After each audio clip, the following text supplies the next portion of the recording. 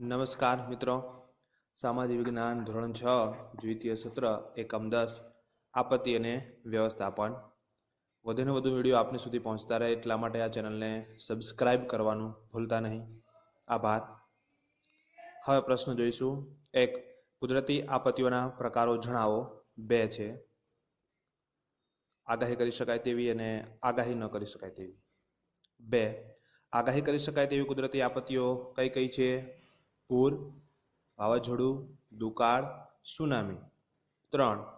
આગાહી ન કરી શકાય તેવી કુદરતી આપત્તિઓ કઈ કઈ છે? ભૂકંપ, જ્વાળામુખી, દાવાનળ. 4. માનવ સર્જિત આપત્તિઓ કઈ કઈ છે? આગ, ઔદ્યોગિક અકસ્માત, યુદ્ધ, હુલ્લડ, બોમ્બ વિસ્ફોટ, વાહન અકસ્માત વગેરે. 5. નદીમાં આવતા પાણીના ધસમસતા પ્રવાહને શું કહે છે? પૂર. 6. વરસાદ ન પડે કે ખૂબ ઓછો પડે તેવી સ્થિતિ એટલે શું? દુકાળ. 7. જંગલોમાં કોઈ કારણસર આગ લાગે તેને શું કહેવાય? દાવાનળ. 8. રહેણાંક વિસ્તારોમાં આગ લાગવાના કારણો જણાવો.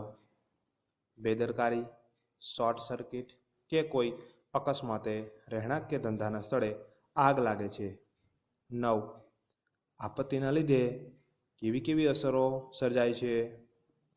વ્યક્તિમાં આપત્તિના લીધે શારીરિક, માનસિક, આર્થિક, સામાજિક અસરો સર્જાય છે. આપત્તિઓથી વ્યક્તિમાં કઈ કઈ માનસિક અસરો થઈ શકે છે? ડર લાગવો, સૂનમૂન થઈ જાય, ડઘાઈ જાય, હતાશ થઈ જાય, ઊંડો માનસિક આઘાત લાગે, એવી બધી અસરો થાય છે. 11. આપત્તિ વ્યવસ્થાપન એટલે શું?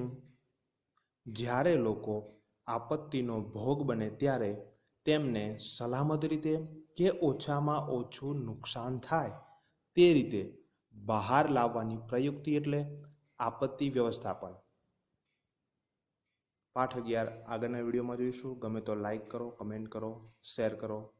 Thank you.